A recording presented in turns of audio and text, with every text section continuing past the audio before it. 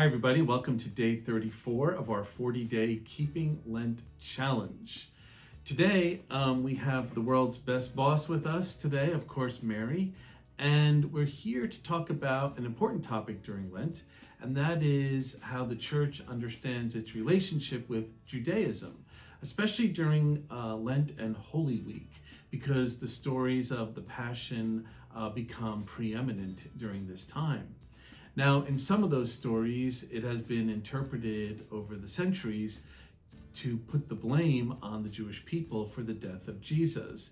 In fact, in Matthew's Gospel, which we'll hear this Palm Sunday, the story of the Passion, when Pilate has Jesus on trial and kind of seems to want to let him go, but the crowd is asking for otherwise, it says, "Then the people as a whole answered Pilate, saying, 'His blood be on us and on our children.'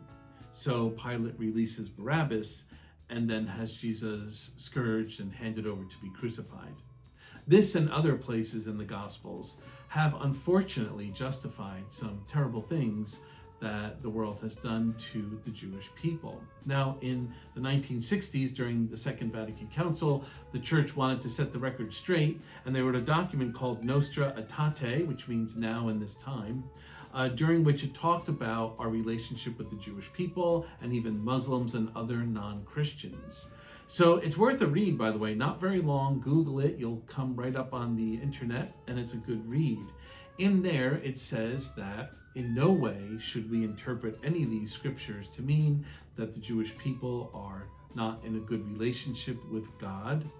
Also, it's very clear, and this is probably the most important point for all of us, they said that Jesus, world's best boss, freely laid down his life. Nobody tricked him or dragged him against his will to die.